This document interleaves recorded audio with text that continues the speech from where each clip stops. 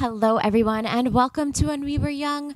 This is a series where we dive deep into fandom and pop culture from the early 2000s. My name is xKimKarmax, and I'll be your host as we travel down memory lane today. Today, we are talking about the original internet influencers, the scene queens.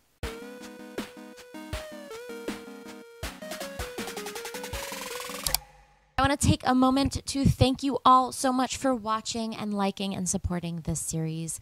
Liking and commenting the videos really helps boost them in the YouTube algorithm so that others can find and enjoy them. So please give me a thumbs up if you like what I'm doing here. As you can see today, I am decked out in some of my best scene apparel. It is amazing what you can find at Party City and your local thrift shop. When I was a scene kid growing up, I actually worked at Party City. I'll talk about that more a little later, but I stole a lot of my accessories from there. Don't worry, Party City, I bought all of these. Stay tuned for later in the video when I embarrass myself with a bunch of old pictures from my scene days that I found in my old photo buckets.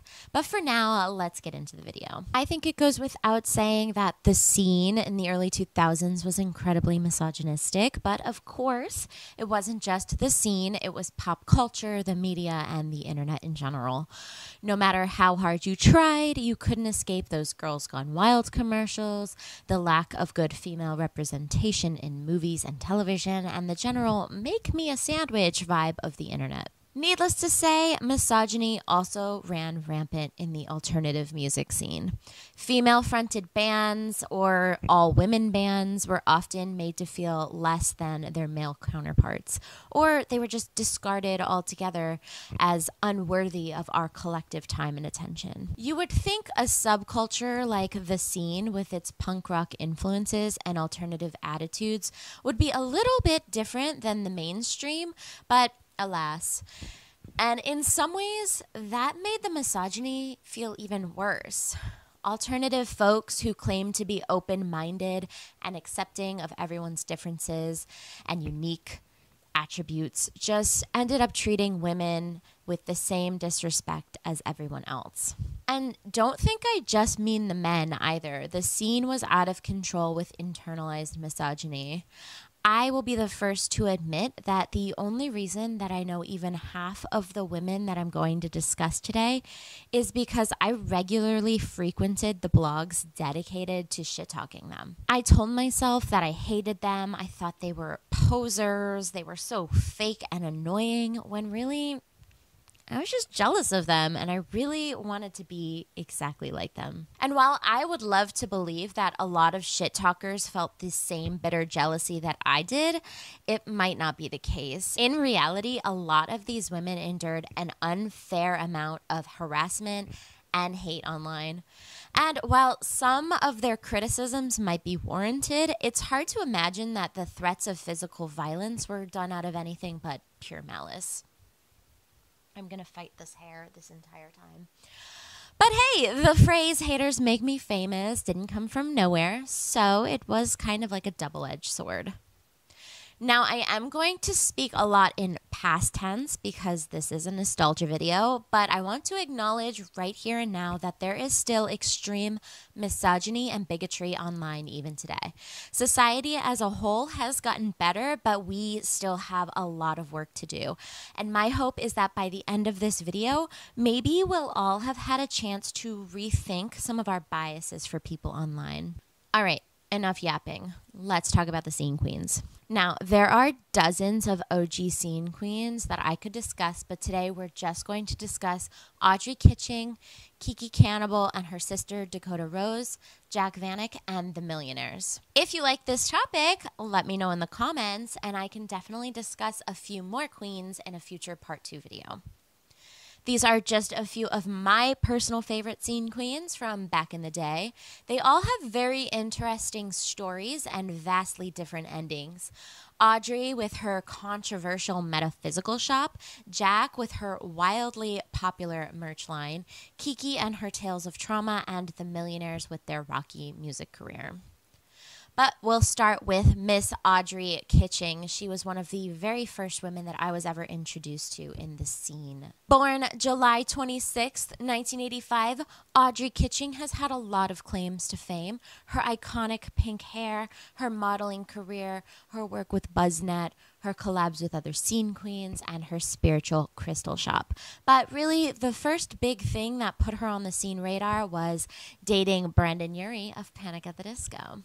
Now, I am not in the business of allowing a man to take credit for a woman's achievements, especially not during Women's History Month, but there's no shame in getting your start by dating one of the hottest rock stars of the moment.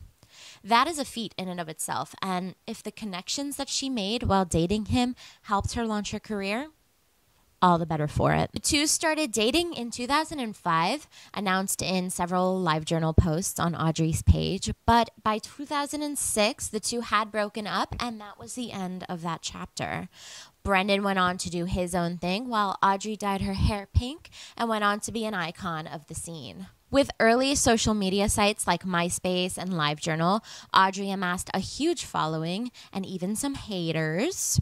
Her modeling career started at just 14 years old, so by the time she really hit her stride, she was ready for big collaborations with brands like MAC Makeup, Skell Animals, and Hot Topic. BuzzNet was a big social media site at the time, and of course, Audrey had a blog there. Often she would upload her newest photo shoots, fashion opinions, and behind-the-scenes vlogs. You can still find a few of her videos on YouTube from her time as a BuzzNet correspondent and visiting vintage stores in LA. Here are some of her most infamous photo collabs with fellow scene queens Jac Vanek, Hannah Beth, and Zooey Suicide. The latter partnership even transformed into a sort of online reality show called The Trashy Life. The Trashy Life with Zooey Suicide, who is a scene queen in her own right, but best reserved for a later video, was an almost online series. It was a sort of play at The Simple Life with Paris Hilton and Nicole Richie. You can still find most of their promo videos on Zooey's YouTube channel right now. As the scene aesthetic began to fade in the 2010s, the rise of the hipster began. Gone were the messy neon clashes of color and style, replaced with galaxies, pastels, and mustaches for some reason. I don't know why that was a thing. We put mustaches on everything. Around this time, most of the scene queens turned in their MySpace accounts and sidekicks for Instagrams and iPhones. And Audrey Kitching was no different. She turned in her Trashy Life for a clean, crystal healing aesthetic. This was about the time that I personally stopped following the scene queens, but most of her fans followed her to this new venture, for better or for worse. Crystal Cactus was Audrey's metaphysical shop. It opened shortly after the genre shift and featured handmade crystal jewelry, candles, and fairy jars, which from what I understand was just like a bunch of glitter in a jar. Apparently, Audrey also offered healing sessions for a fee. I say apparently because those sites are no longer available to view in 2024, but I'll get to that in just a moment. Basically, any tool that you might need to help you along your spiritual journey could be found at Audrey's shop, Crystal Cactus. It even at one point began to sell in stores like Urban Outfitters. As these things tend to be, Audrey's prices were rather high. These fairy drop pearl earrings, for example, were priced at $48. Some of her crystal wands were priced at $150 and up. And that aforementioned fairy dust jar could be purchased at the big price of $18. Handmade jewelry and crystals cost money. That's just how it works. The problem was Audrey's alleged handmade jewelry wasn't as handmade as she claimed. The empire came crashing down when an account called Audrey Kitching, now deleted, began calling out crystal cactuses on Instagram and Twitter. Apparently, the handmade crystal jewelry that Audrey was selling on her site were all very cheap, mass-produced garbage. Were they even real crystals? Who knows? Some people even pointed out how inexpensive the products were when bought in bulk on online shops like AliExpress. Remember those $48 earrings? Here they are on AliExpress for $3.30. Allegedly, everything but the fairy jars and oils were all just bulk ordered and marked up to triple the cost. So much for handmade with love. Unfortunately, that wasn't the worst of it. Audrey also had at least 3 ex-employees come out in a 2019 article with the Daily Dot. It claimed that she not only stole creative ideas, but that she was also manipulative and sometimes downright abusive to her employees. User Audrey Kitching even went on to point out that a lot of the quotes and captions on her Instagram posts were just plagiarized from other spiritual creators and healers. All of these allegations and more can be read in this article by Naomi Reggae from the Daily Dot, which I've linked below. As far as I know, all of these claims are alleged, and Audrey never responded to Naomi's request for comment. Anytime she was ever called out on social media, she would simply block the user and ignore the claim. It seems that this tactic could only get her so far, though, as in 2024, all of Audrey's social medias and her Crystal Cactus website have been wiped from the internet. Or as wiped from the internet as anything can be, right? As a result, there is no real way of knowing what Audrey is up to today, but if any of the allegations were true, which I believe them to be, it's probably for the best that she's offline for now and hopefully forever. Moving on now to Kiki Kannibal, or Kirsten Astringa, who was born in February 2nd, 1993. Her sister Dakota Rose was born September 19th, 1995. Now these two sisters are interesting because while Kiki was the much bigger influencer back in the scene days, Dakota has arguably the longer lasting career. We will discuss Dakota in just a little bit, but for now I want to talk about the iconic Kiki Kannibal. She was relatively young when she first got noticed in the scene. Her big raccoon-dyed hair first caught everyone's attention, but it was her constant streaming on an infamous video chat called Stickam.com that really shot her to notoriety. Her and her sister would often stream for hours on Stickam, which would garner them both a lot of attention for their looks and attitude, but it also garnered hatred at the same time. They were brash and offensive and crude, but so was the scene at the time, and as we've heard by now, young girls always got the brunt of the hate, whether it was deserved or not. I actually have a personal anecdote with Kiki, as she grew up in Coral Springs, Florida, and so did I. I once worked at Party City, and one night a girl with big ass raccoon hair came into the store with her gangly scene boyfriend. I will get more into him in just a moment. They went into one of the aisles and made out for a few minutes, and then they left without purchasing anything. Now, maybe they stole something. I don't know. Who cares? I was just stunned. I had never seen a scenester like that out in the wild before. So I did what any kid in 2006 would do. When I got home from work that night, I went to the internet and I blogged about it. Someone had seen my post and commented with a picture of Kiki, and she asked if this was who it was. And I was like freaked out because how did this random person know who I was talking about? That's when I realized that Kiki Kannibal was sort of a big deal. All that is to say that this scene queen grew up just down the street from me, and I had no idea about it. And I also had nothing to do with any of the bullying that she experienced, I promise. She experienced a lot of bullying, both in elementary school and in middle school. Kids would make fun of her for her dyed pink hair and her quirky behavior. It got so bad that when she was in 7th grade, her parents pulled her out completely and began homeschooling her. But that didn't stop the bullying, unfortunately. As Kiki's online audience grew, the bullying turned cyber and global. Hundreds of rude comments were left on Kiki's MySpace wall, and they were relentless. Even when the MySpace admins deleted commenters' accounts, they would just make new ones and start all over again. Threats of violence, horrible accusations, and pleas for Kiki's to just kill herself littered her MySpace messages and blog comments. Kiki fought back, however, insisting that if they took her offline, they'd just be letting the haters win. So her parents let her stay logged on. But Taking a stand against the bullies wasn't the only reason Kiki wanted to stay on MySpace.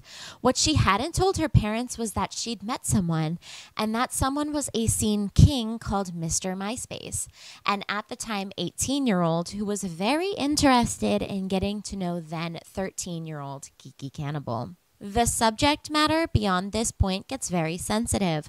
Trigger warnings for pedo activities, SA allegations, and suicide. All of the information that I've gained about this section has come from a Sticky Drama post from 2008 and a Rolling Stone article written by Sabrina Rubin Erdely in 2011. Both are linked below.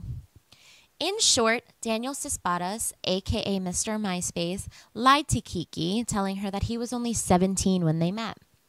In reality, he was 18 years old. The relationship they struck was strictly online at first, but by Kiki's 14th birthday, with her mother in tow, the two met up in person for the first time. Kiki's mother was charmed by how polite Daniel was, allowing the two to continue this obviously inappropriate age gap relationship. Despite agreeing to take the relationship slow per Kiki's request, Daniel pushed the sex subject one night, coercing Kiki into something she was not ready for. Anytime Daniel wanted something that Kiki didn't want to give, he'd pull out the manipulative "don't you love me" line to coerce her into it. The traumatic relationship only got worse from there, and between the growing obsession with Kiki and his toxic family life, it was eventually time for the two to split. But the manipulation only got worse with a breakup. When Kiki tried to break things off, Daniel threatened and then attempted suicide. After the attempt, Kiki agreed to continue dating Daniel, but only a month after that, Daniel moved to North Carolina, and just before his 19th birthday, he began dating a new 14-year-old. Of course, as groomers go, Kiki wasn't the only victim of this Mr. MySpace. She was just the most famous and therefore the most well-known of all of his online relations. A stream of girls 13 to 15 years old came out with allegations of their own. Allegedly, he'd seek the girls out via MySpace and then go on to take advantage of them. Thankfully, the police caught up to Daniel in 2007, where they made arrest on a second level of a Miami parking garage. He broke free of the officer's hold and, while still handcuffed, made a run for it off the side of the parking structure. As you can imagine, things did not end well for him. Sometimes the trash takes itself out. Sticky Drama, a site that reported on all of the biggest Stickam users and influencers at the time, reported on his death, not only posting a photo of Daniel in his casket, gross, but also suggesting that the death might somehow be the fault of one 14-year-old Kiki Kannibal. Comment section on that post is linked below because somehow that site is still available, and it is absolutely disgusting. A whole video could be written about Sticky Drama.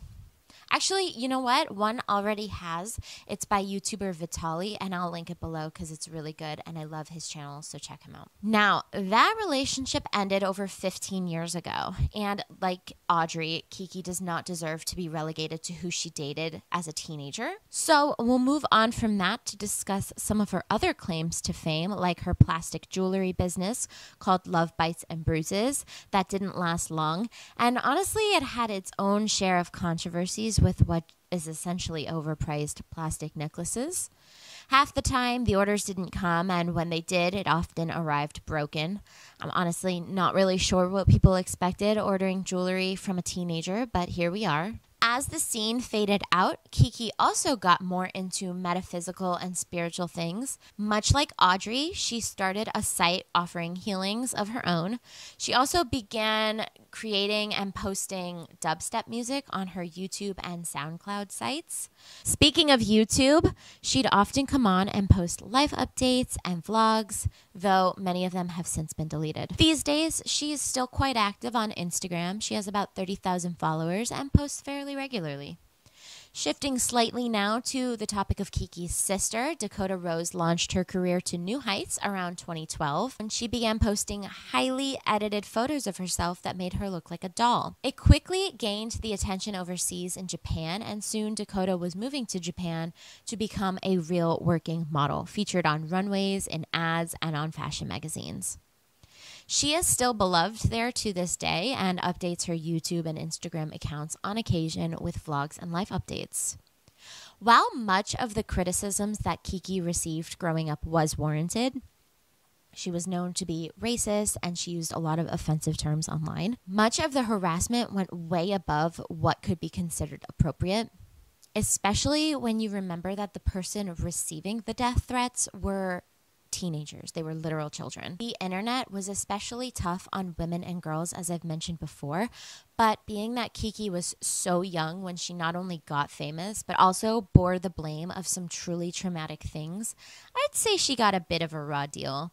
Despite it, she managed to make it out all right, and the fact that she's still online and doing her own thing today is a testament to her strength as a survivor. Let's now move on to Jac Vanek. Born May 13th, 1987, Jac rose to fame in a similar way to Audrey and around the same time. While Audrey was dating Brendan, Jac was dating Panic at the Disco's guitarist Ryan Ross. That is what got everyone's attention. And Jac took that 15 minutes of fame from dating a band guy and turned it into a lifelong career that endures even today. While Audrey and the other queens were making their name online in fashion spaces, Jac was using the now defunct but forever iconic Vans Warped Tour to hustle for her own brand. It all started with one incredibly successful rubber bracelet. Now I know that sounds crazy, but hear me out. The Livestrong bracelet craze was huge back in the day. Everyone began capitalizing on them with different colors for different charities and foundations. Jac, being the brilliant business millennial that she is, began creating her own version of those bracelets, but thicker, and they had different phrases on them. The original bracelet said ruthless, but the line soon grew with bracelets that said things like love, dream, bestie, badass, legit, and so on. They were all the craze on the Warped Tour and online. All of the coolest band members were wearing them, and soon she even began collaborating with the bands themselves, making bracelets that said The Main, All Time Low, The Rocket Summer, and so on. Of course, the merch didn't stop there. She went on to sell other items like mugs, t-shirts, hats, jewelry, all which had witty or cutesy phrases on them.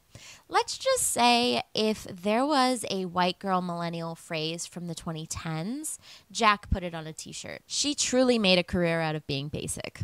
And we love that for her. Outside of her merch tent at Warped Tour, Jac also enjoyed taking photos. She collabed with some other scene queens and embodied the hipster aesthetic well before it was cool, in my opinion. In 2015, Jac joined her last Warped Tour and began a new career with a couple of different podcasts. First, she co-created Lady Gang in 2015 with Kelty Knight and Becca Tobin. It's a pop culture, lifestyle, gossip sort of podcast where the three women just chat for about an hour for what's ever going on at the moment. It's still going strong to this day, even managing to become one season of a television show on the E! Network from 2018 to 2019. The television show was similar to the podcast, but with a bigger budget and a nicer set. Jac also started the First Degree podcast with Alexis Linklater, which is a true crime podcast that, quote, captivates stories of those intimately connected to the world's most infamous crimes and explores the ripple effects that the crimes have on the lives of those involved. Which brings us to today. Jac is still wildly popular online with her newest shift into elder emo clothing and content. She has over 300,000 followers on her very active Instagram and the same on her TikTok, where she posts some truly relatable content for anyone who grew up in the scene. Recently, she married her longtime partner, Jared Monaco, a guitarist from The Main, who is currently on tour with Fall Out Boy. She posted lots of beautiful wedding content on both of her social media accounts. With her merch line still thriving, her podcast wildly successful, and her love life locked in, Jac can definitely be considered one of the most successful queens of the scene. And she has her hustle spirit and her incredible ability to network to thank for that. Finally, let's discuss The Millionaires. The Millionaires is an electronic, electropop, crunkcore music group that got started one night in August of 2007 when sisters Melissa and Allison Green were messing around on GarageBand. They recorded their very first song called I Like Money and uploaded it to their MySpace page. Nearly overnight, the song went viral with thousands of streams. Melissa quickly realizes they needed one more person to complete the group and invited school friend Danny Artod to join them. And thus, the Millionaires were officially born. Many consider the Millionaires to be one of the original crunkcore bands, but they're not the only ones. Their peers were the likes of 303, Broken Side, Blood on the Dance Floor, and Breathe Carolina, to name a few. Something you'll notice, however, were all of those peer bands are all male. The whole alt music scene was very male-centered, so it's not surprising to hear that the subsect of crunkcore was also male-dominated. But it was extremely refreshing when the Millionaires came on the scene, three ladies singing about how much they love sex, drugs, and money. Their motto was DGAF until we die. DGAF is don't give a fuck, of course. And it was that mindset that would get them through nearly 2 decades of breakups, betrayal, and extreme misogyny. A couple weeks after I Like Money was released, they uploaded their second song, Hoedown, to their MySpace. And soon after that, they released a 5-song EP called Bling Bling Bling, containing their first 2 songs as well as 3 brand new ones.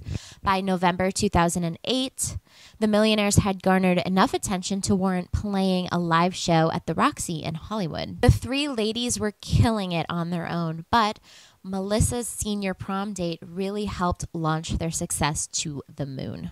Have you ever heard of Metro Station? You know, the shake, shake, shake, shake, shake it, that band? Well, Metro Station was a pretty big up-and-coming band at the time. It was led by one and only Trace Cyrus of Miley and Billy Ray fame. He was dating Melissa Marie in 2008, and he helped launch the Millionaires to new heights by introducing them to Mark Maxwell. Mark Maxwell is an industry guy who helped the Millionaires get signed to Crush Management, thus giving the ladies their first big break. Being signed to a real label opened new opportunities for the Millionaires, like the chance they had at playing live on TRL. Unfortunately, they were told that they needed to clean up their act in order to be shown on the air, but they decided to stay true to themselves and refused to play. Their first big tour was with fellow crunkcore band Breathe Carolina. They opened for them. And in 2009, the Millionaires were offered a coveted spot on the Vans Warped Tour. That proved to be both a gift and a curse, as while playing the Vans Warped Tour often led to a lot of eyes on them and therefore new fans, the Millionaires weren't always well received. On top of the general misogyny of the time, the tour runners would often place the Millionaires in a time slot between 2 hardcore band sets. Obviously, those people are not their targeted demographic. So when they took the stage, they were often the target of hurled bottles, cans, and insults. Nevertheless, the Millionaires persisted. They collaborated with bands like Metro Station and Jeffree Star. Yes, that Jeffree Star. These days, you might know Jeffree Star as a sort of makeup guru, but back in the day, he was a scene queen on MySpace, and he did perform music. He was even signed to Akon's record label at one point. But back to the Millionaires. In 2010, they were signed to a record label in the UK called Be Unique, but the UK simply just did not know what to do with a band like the Millionaires. They really didn't fit into any sort of cookie-cutter mainstream pop music role. Their lyrics were either too dirty or their themes too wild and crazy to play on radios. Despite the uphill battle the girls faced in the mainstream, they vowed to always stick to their roots and stay as authentic as they could to themselves. Unfortunately, there was someone who was more willing to do their genre, but in a more mainstream-friendly way. Her name was Kesha. Kesha sort of ruined the trajectory of the Millionaires with her debut song, TikTok, which was very similar to what the Millionaires were doing, but more radio friendly. Obviously, that pissed off the Millionaires, and for a long time, they harbored hate for Kesha, even referencing their dislike for her in their music video for Stay the Night. They released a statement swearing she was an industry plant and claiming that Kesha and her team had stolen the Millionaires' act and aesthetic. Despite those sour feelings, however, in 2014, when Kesha spoke about her issues with Dr. Luke and being stuck in a contract, the Millionaires did actually step up and show her some support. Back in 2010, however, a life overseas in the UK and a constant state of harassment led to Danny Artaud to drop out of the group. Though she said she loved the Millionaires like sisters, she simply could not handle the hate of being in the group anymore. She soon went on to create her own band called Mr. Downstairs, who went on to only release like 1 or 2 songs as far as I know. And if you really want an aggressive flashback to what it was like in the 2010s Tumblr era, check out their video for Legendary. Oh, it's like a time capsule. It's amazing. Nowadays, Danny is doing a music project of her own called Snowblood, and she's also a voice actor on Pokemon Evolutions, Detective Conan, and a few other well-loved anime. After Danny's departure, the Millionaires continued on as just a 2-piece, with the Sisters Green going on to release a mixtape in 2012, and then a full debut album called Cash Only in 2013. The grind didn't stop there. The sisters went on to star in a 2016 season of The Bad Girls Club, and they were not well received. While I don't really watch reality TV like that, they have that perfect don't give a fuck attitude that tends to fit right in on shows like that, so I'm very surprised to hear that they weren't well liked. In 2022, Allison Green dropped out of the Millionaires officially, but Melissa wasn't ready to call it quits.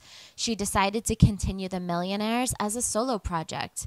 Behind the scenes, Melissa continued working hard, and in 2023, it was announced that the Millionaires would be returning in full force with new music, new tour dates, and new members. In March of this year, a new music video was dropped on their YouTube channel. The song is called Make a Milli, and while the vocals seem to be all Melissa Marie, the video features 2 brand new members, Anissa Hermano and Meredith Hurley, Andy Hurley from Fall Out Boy's new wife. They're slated to play their album Cash Only at When We Were Young Fest this year, but they weren't always featured on the lineup. When the original lineup for When We Were Young 24 dropped, eagle-eyed fans noticed that there was a surprising lack of female representation on the bill.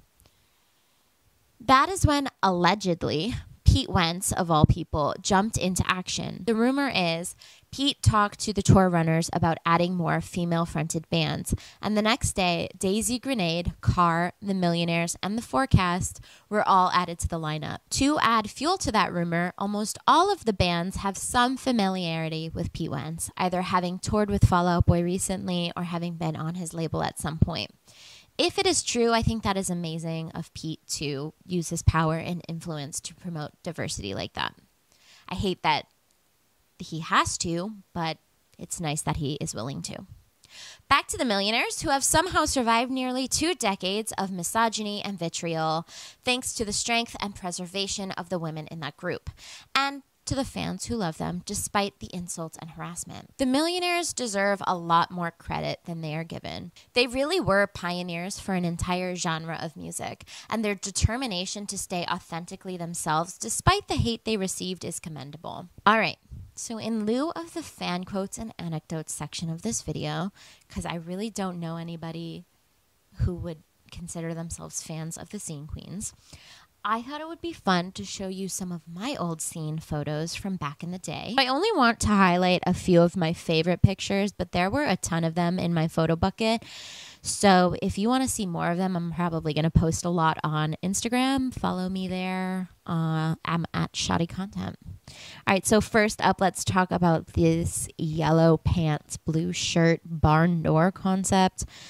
Man, back in the day, I really would just meet up with people and do photo shoots with them. They were never for anything. I just wanted to be a scene queen so bad. I would just put on my best yellow pants and meet some guy in an alley for photos for my MySpace page. It was so dangerous. Anyway, this look is so iconic. Those shoes are like moccasins, I think they're called. They were so fluffy. They stunk. I had so many different colors of skinny jeans. It's not even funny. And as you can tell, I was really rocking the Hayley Williams hair at the time. I hated being compared to her, even though I secretly loved it. And I didn't intentionally emulate myself to her. We just kind of are two white girls who were like similar stature at the time. But yeah, that's that photo. That was fun. This next photo is so freaking funny. Me sprawled across a pool table, taken by Talking Lenses Photography. I think that was my friend Jenny Tokyo, who was like a scene queen in her own right. I love the pink Power Rangers wristlet. What was it? Sweatband. I went for a real workout aesthetic here, I guess, with the long socks. This was honestly a vibe. I don't know why we did the thing with the thing around our hairs. What was that all about? Why did we do that? It's so cute. It's like, I love the colors. I don't hate this outfit. Let me see if I can find another picture to show you of the same outfit. Oh, there we go. Me on the walker on the treadmill. We really went to her house or her apartment or whatever, and we went to the gym or the little rec center that they have at all apartment complexes, and we were just like, let's just take a bunch of pictures here, because that's what we did. Here is another one by Running Tears Photography. We drove all the way up to Green Acres for this photo shoot. I love this picture so much. I know it's like obviously highly edited, but he made me look so smooth and so pale, and my hair was so blonde. I've never bleached my hair before. What I would do to make my hair that blonde, genuinely and truly, I would just get the lightest box of hair dye that you could find at Walmart for like $3. And I just kept lightening it until it was literally that color. And my friend was like, would you do that again? Would you go? I would love to go that color again. I don't have the time or dedication. I don't know. But yeah, I loved that photo shoot. Here's another one with Talking Lenses Photography, Jenny Tokyo. She was painting. They were renovating her house or something. As you can see, we like burnt up paper in the background, and the marks on the wall were like paint swatches. And so that room was really empty. I had just dyed my hair red, and I thought I looked like a zombie with the dark red hair. I actually had to change that hair color because I worked at Universal at the time, and they didn't allow for unnaturally colored hair. So it was too like red, so I had to re-dye it. Looks so zombie. I love it. Big fan. Then I have this one, which is just like a selfie that I took in one of my house. Look how skinny I was. That's a bandana for a shirt, for the record. And that is not an actual tutu. It's a petticoat that you put under skirts that I'm wearing. So, yeah, and as you can see, I'm rocking the same kind of extensions. I really just slapped extensions. You know what? That was the style. And I had my big ass sunglasses, because you can't be a scene queen without your big ass sunglasses. And this was no doubt taken on my T-Mobile Sidekick, which I still have, and I wish they would bring back. Petition for T-Mobile to bring back the Sidekick. I miss it so much. So, like I mentioned earlier, Audrey Kitching had this thing called The Trashy Life, and I thought it was so freaking cool that I wanted to do my own version of it with my friends. So I made her do this thing called The Obscene Scene, and it was basically just me and her taking photos and making YouTube videos. As you can see in this picture, we had merch. So we would wear our puffy paint merch shirts. Everything was so DIY back then. And I just, part of me misses it. Anyway, this whole black and white photo shoot was taken by our friend Scott. Here are a couple more, because I actually, like, as kind of as tacky and corny as this photo shoot was, I fucking love some of these pictures. Unironically, like, this one is so good. Me, like, blurry with the background. Oh my God, it's so good. And then me and Elise judging you as you lay there in your coffin. And then Elise doing my makeup. These, they were so good. But yeah, those were some of my best scene looks. If you want to see more pictures, I'm probably going to photo dump a ton of them on my Instagram just before this video comes out. So check me out on Instagram. That is where you can also message me if you want to be part of a future fan quotes and anecdotes section. I believe my next video is going to be Cobra Starship. So if you are a fan of Cobra Starship, let me know. I'd love to hear from you. Okay, let's move on to the video. On a larger scale, the scene died over a decade ago, and although it seems to be making a comeback in small circles on TikTok, it's mostly just a moment in time that people like me tend to look back on with fondness. It's important to honor the women that we talked about today. Some of them might have turned out to be scumbags, but it doesn't negate their contributions to the scene of the early 2000s. They put up with a lot of shit, most of it unwarranted, and paved the way for women online. The Millionaires walked so that the 2024 musical artist scene queen could strut. I know it doesn't feel like it sometimes, but the internet and society in general has become a lot more tolerant and welcoming to women, people of color, and the queer community. But I can't help but wonder just how much people like the scene queens paved the way for that. Women like Audrey and Jac and Kiki and the Millionaires all powered through humiliation, bullying, harassment, and still stayed their most authentic selves. And though the fashion and the hairstyles and the trashy life trend have all come and gone, I think we should all hold tight to the Millionaires' timeless life motto: DGAF till we die.